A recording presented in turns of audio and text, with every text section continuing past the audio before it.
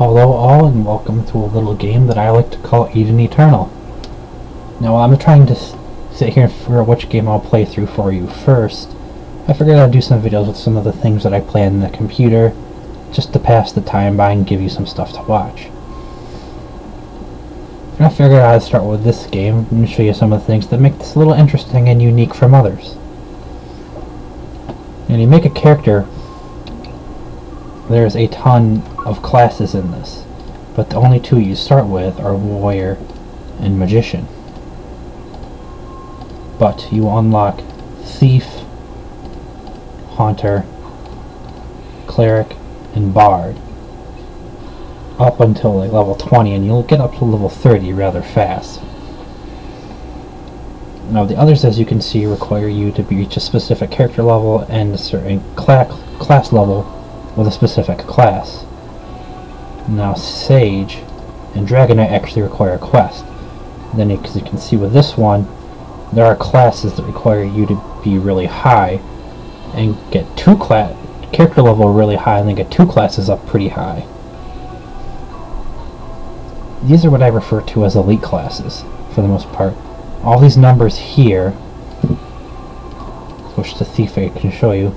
All these numbers here along the picture are the different outfits that you unlock for the class. All you do is you select the one you want.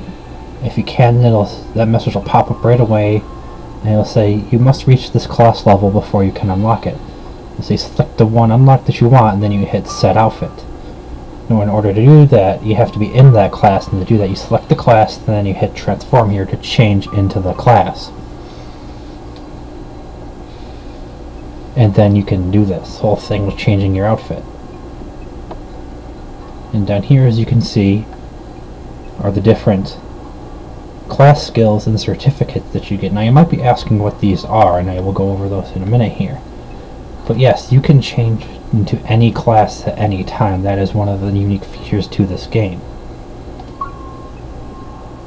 And then you have regular skills that you get as you and you have regular skills here, is what the REG dot stands for, regular, that you gain as you level up your main level, and then class skills, which you get as you level up your class level. And what this remaining CP is class points, and class points are what you use to increase your class skills.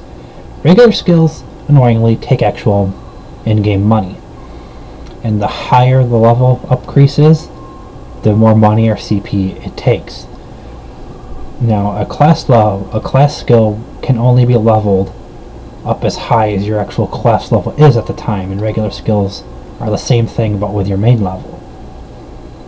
Now these are the certificates, and basically what they are is each class gets 6, one for every 10 levels up to level 60. And they are little bonuses, and these are all the ones from all of the classes I've done, so you can mix and match them for different increases and bonuses to your character. But ultimately you want to go for ones that are good for the class you're using at the moment, not just throw in any old thing. Like I wouldn't really want to put magic or thief ones in here so much.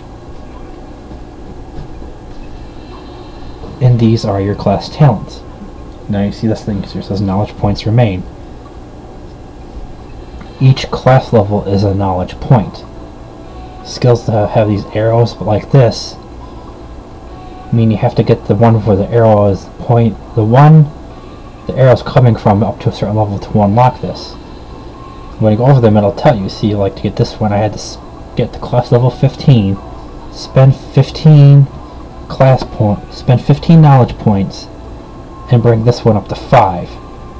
So I had to take 5 of those 15 points and put them on here, and then on the class level 16, I could put a point on this.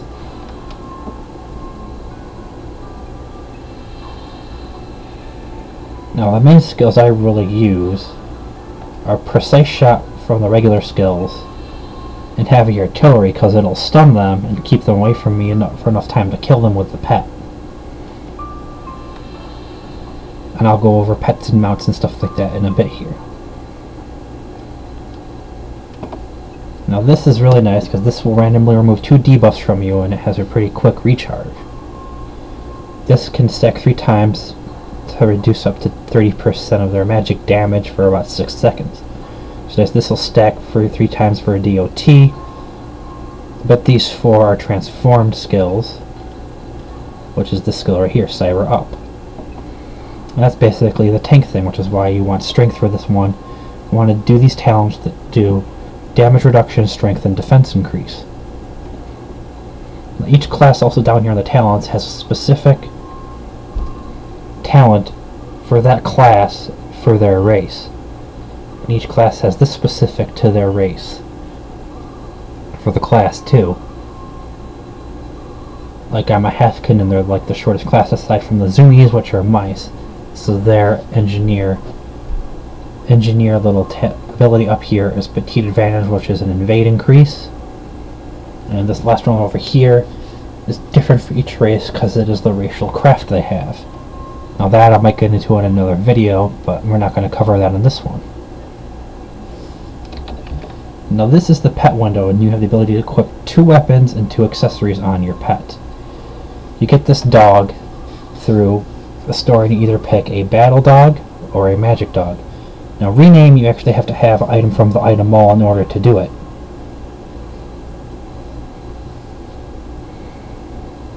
Prey and Unbind don't have anything to do though, so I'm not quite sure what they are. You throw pet food in here and feed them to restore their energy, because as they fight and run around, their energy drops. And when the energy hits 0, they can't fight at all, they just pick up stuff. Rest will put them away, so their energy isn't dropping all, and battle pulls them out to be used. And this is the pet shortcut bar, or action bar if you would prefer to call it that. And clicking this will take them in and out of combat in loot mode. Loot mode where he is right now, whenever you start in, they're always in loot mode. As he'll just pick up stuff in combat mode. Whenever you start fighting, he will fight too, and you can use this basic skill they get called Basic Smash, which is actually pretty decent at times when you need a little bit of extra damage aside from just your skills and the pet. Well, this is the amount that you get through the regular quests, which is a Grassland Alpaca.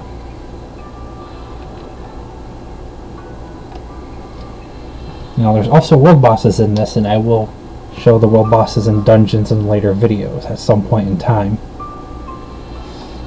And for now we're just doing a brief overview of things in this game and what it's like.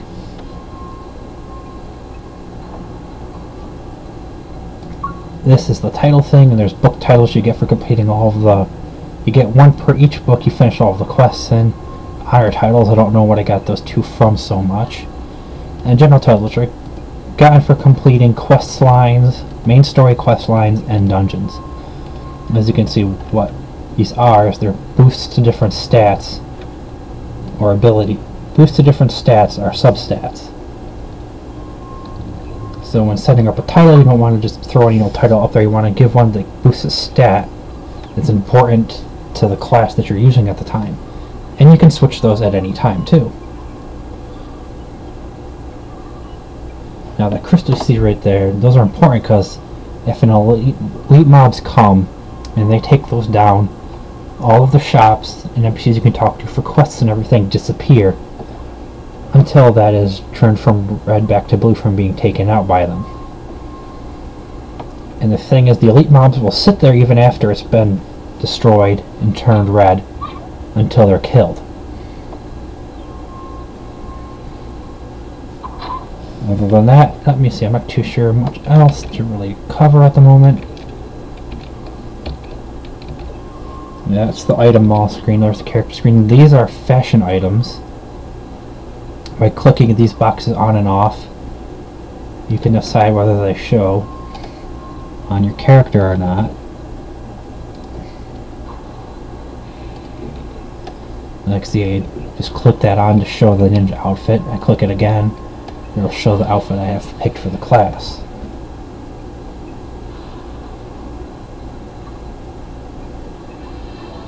All the skills up to that are regular skills that you unlock through Hunter and just through, or skills that you just unlock through main class. But the nice thing about the regular skills as opposed to class skills is regular skills transfer through any of the classes in that class type.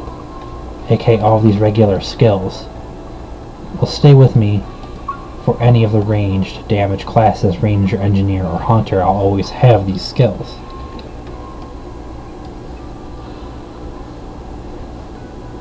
Now, as opposed to pets and most things, if the dog attacks, they head for you because the dog has no health.